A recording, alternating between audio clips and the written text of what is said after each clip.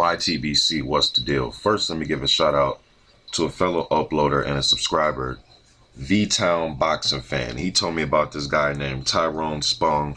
I have never heard of him. Then ironically, around the time he was asking me about the guy, I seen an article on Boxing Scene. So I'm going to read some of this article to get you guys a little bit more familiar, and then I'm going to go ahead and I'm going to talk about it.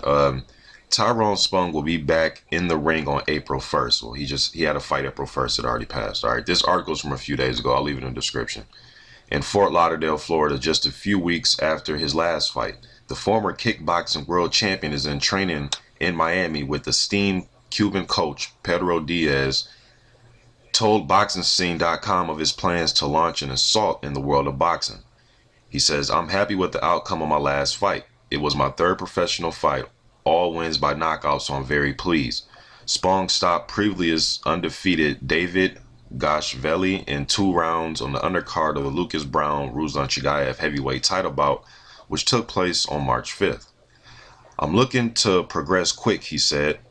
"I'm a 10-time world champion in kickboxing in 6 different weight classes. I need to be active and I'm ready to go as soon as my team tells me. I'm based in Miami, Florida, and this is where my family is. Even my Spanish is getting better.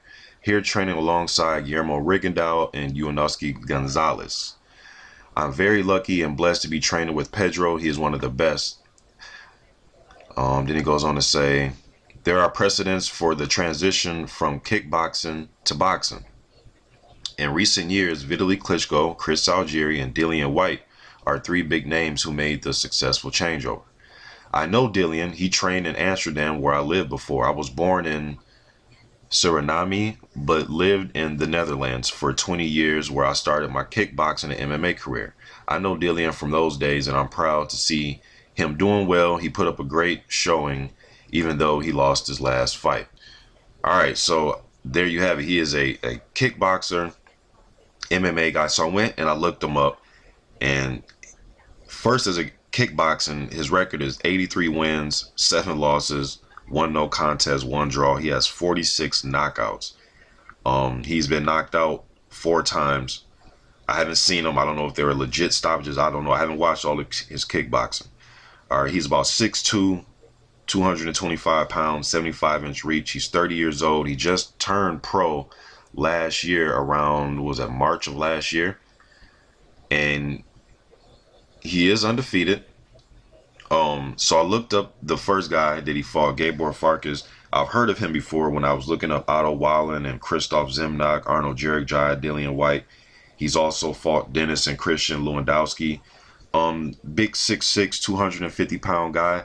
Tough guy for your very first fight. Now, I know his record doesn't look all that great. I know he's like 7 wins, like 30-something losses, but to throw a guy in there for their first, professional boxing match, and for him to take care of business the way he did, pretty impressive on his end. He does have quick hands. He's very patient. He has pop in his punches, decent footwork, a good right hand. He can triple and double up his left hook. I mean, right when I seen him fight, it kind of reminds me of Amir Mansour, Oscar Rivas. Gives me that impression. I know for his MMA debut, he was training with Vitor Belfort and Rashad Evans and Alistair Overeem. What do those guys have in common? At least what I remember, those guys can move well on their feet when they're, standing up and striking. Especially Rashad Evans, he can move fluid like a boxer. So Tyrone Spong is built for fighting. He's been fighting forever, man.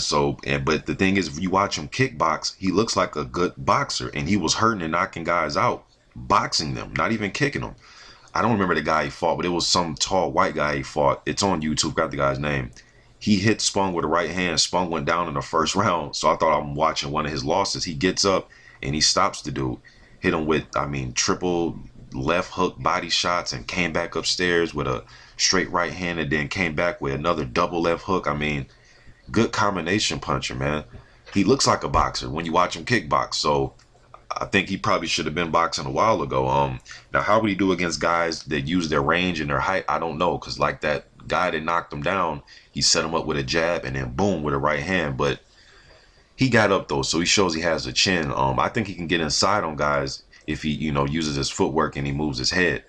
Then I watched his last fight. He fought a guy named Lucas Queen, And I've seen Lucas Queen fight, ironically, because I watched him fight Mackenzie Morrison when I was doing a prospect watch video on Tommy Morrison's son, or one of his sons, Mackenzie Morrison. And I expected this fight to be quick for Tyrone Spong, and I'd seen a clip and it was a vicious beatdown. I think they just went like 1 round, you know. So he's only been about 5 rounds in his career. He's 4-0 and only went 5 rounds. So I want to see, you know, him step up in competition, and I'm sure he will. But they're going to put him on a fast track, being that he has championship level experience at, you know, Thai boxing and kickboxing, and he's been fighting for a while, man.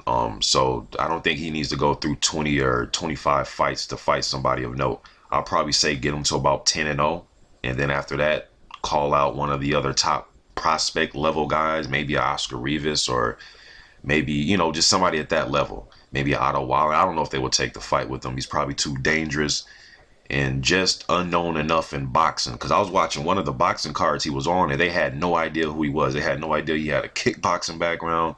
They just think he's some guy that's 30 years old that just turned pro.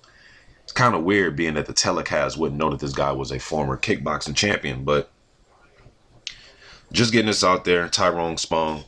Again, shouts out to V-Town Boxing Fan. This is a good prospect. Although he's 30 years old, he has all the tools, man. It's pretty much just how far can he go. I don't really think, probably can work on some more footwork and just stay in the gym and train more as just a boxer and not a kickboxer. And he can pick up and learn more things. Maybe, you know, he's with a good trainer, you know. And at one of his fights, I seen Guillermo Rigondeaux in the front row trying to tell him what to do. So, you know, you're working with a guy that knows how to move his head, that knows about defense, and that's great, because it's good to be a good combination puncher and a come forward offensive force, but you want to have people around that can teach you proper footwork, moving your head, so on and so forth. Just getting this out there. YTBC, I'm out.